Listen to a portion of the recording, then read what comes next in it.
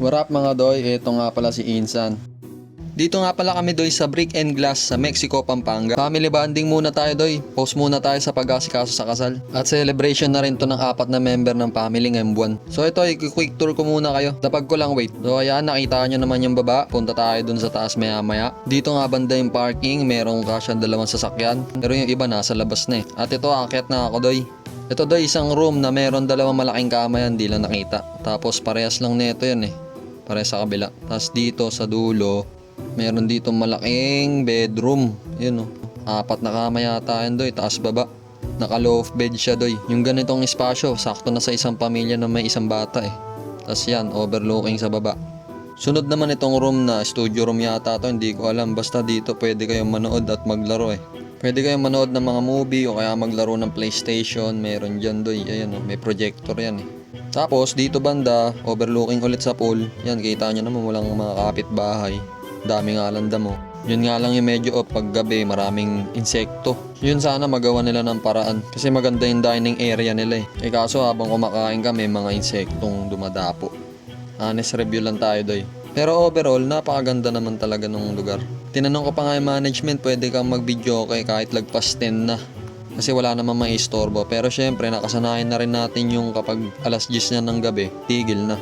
Kasi video is video. Alam mo naman ng mga Pilipino kapag nagkakatuwaan, talagang medyo lumalakas yung mga ingay. So yun doy, lahat ng rooms ay naka-aircon kaya wala kang problema kung mainit. Doon naman tayo, check naman natin yung sa baba. Dito sa kitchen, tinuruan kami kung paano gumamit ng makabagong water dispenser na to. Kasi may lock kasi siya eh. Hindi siya basta-basta magbibigay ng tubig pag di mo kinikilit eh. Parang ganun. Tapos sinabi na rin sa amin yung mga house rules para di kami magkakaroon ng problema kapag check out na. So ayan, merong rep, water dispenser, tsaka oven. Meron din dito coffee maker ba yun? Tsaka rice cooker. Ito yung lababo. Tapos dito yung stockan ng mga kaldero, kawali. Yan doy, pwede mong gamitin yung mga gamit dyan. Basta wag mo lang babasagin tsaka sisirain. Bayaran mo yan pag nasira mo yan. Tapos dito another stockan. Ito pala yung trash bin nila. Lalagyan mo dyan yung plastic para hindi ka makalat. Ito yung stove. Okay na doy? Ito nga pala yung 2 makulit na bata. Wala pang dagdag dyan kaya sila pa lang. At ito nga pala si Insan. Hi guys. Inverter kasi yan eh. Ito sa likod oh.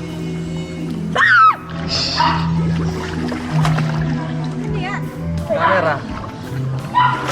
Lisa. Hi guys, say hi. Hi. Hello. Hello. Ano yan? Camera. Expo. Buti yan yung hawak mo. This is yes. Yes, saying hello. Isa. Ha? Kasama na yan. Nilaro yung tao. Ito talaga inverter. Tingnan mo, hindi nagsasalita yan. Turo-turo lang. Yan o. Skog! Nakakukuha tayo ng mga illegal parking. Skog. Skog! Ayun na, nakapark ko. Ito nakapark. Eh, bawal dyan magpark. Bawal mag-safety. Bawal magpark dyan. Ito na to. Ito na yan. Ito na. Kunin mo nga yan. Dito nga nagtatanungan na kami kung ano pa mga kailangan kasi malapit lang tong lugar na to sa SM Pampanga kaya mamaya-maya alis na kami para bilhin yung mga kailangan. At ito nga pala si Insha. Mahihain talaga yan. Hindi naman talaga ganun kadami yung bibili namin doy. Talagang all boys lang talaga kung gumalaw. Parang iilang CR eh. Mahal ko kayo. Yun yung sabi niya. At dahil kailangan na yung inutos sa amin, ito kami.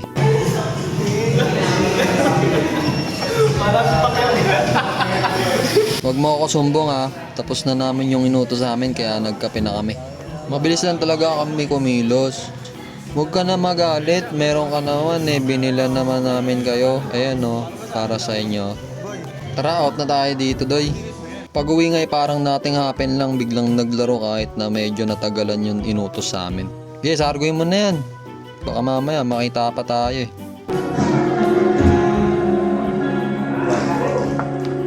Hustler na pala tong kalabang ko eh. Kulit kasi ng mga bata na to, nakaharang kaya yan tuloy, natalo ko. Pag talo talaga sinisisi na yung iba eh. Dito kaya tinawag kami ni tita para picturean daw kami. Pipicturean niya na yan lahat. Dito kami? O doon sa pool? Pool. Ay, na yan Tinataanan niyo. Mamaya tayo. Sige tita, pakikuhanan na para makakanta na tayong lahat.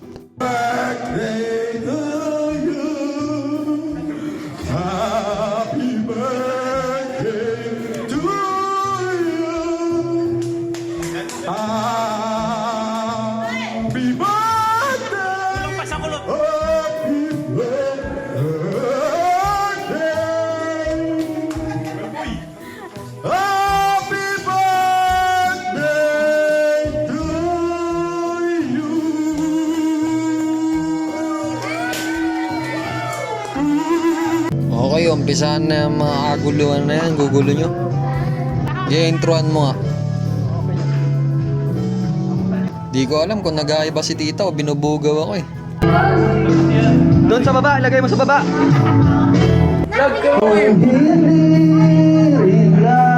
Ikaw ang dahilan, pipilitin ka ang puso ko, hindi na masaktan.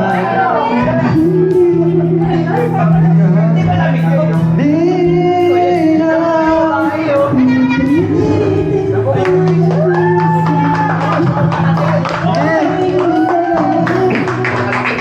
ginigin na at hindi na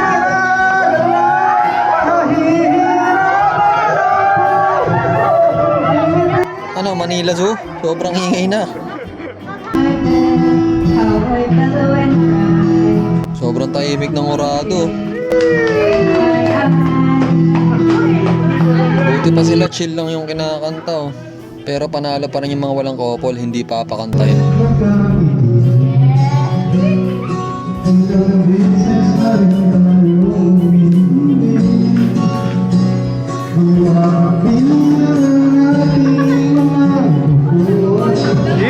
Music video.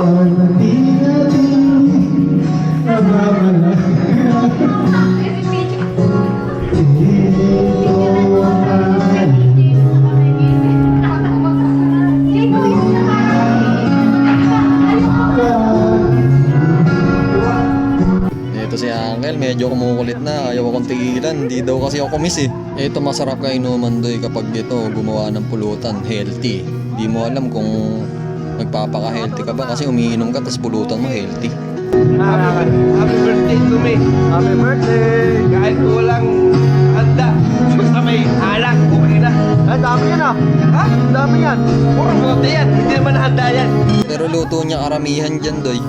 Bali first time ko nga palang isama yung partner ko dito doy, kaya first time niya lang na-meet yung karamihan sa mga kamag-anak ko at ngayon lang di siya nakita ng mga to. At sumakto pa nga sa pag-uwi ng uncle kong OFW na isa sa mga host ng family bonding na to. Kaya lagi kong sinasabi, napaka-importante ng family bonding lalo na sa mga OFW. Kasi di natin alam yung mga sacrifice nila para maibigay yung magandang bukas sa pamilya nila. Kaya kagaya ng mga kaibigan ko at iba pang mga OFW, saludo ko sa mga yan. Pero syempre malaking parte rin ng family bonding yung mga nandito. Importante lahat ng tao na nasa harap ng hapag kasi hindi mangyayari tong plano na to kung wala sila.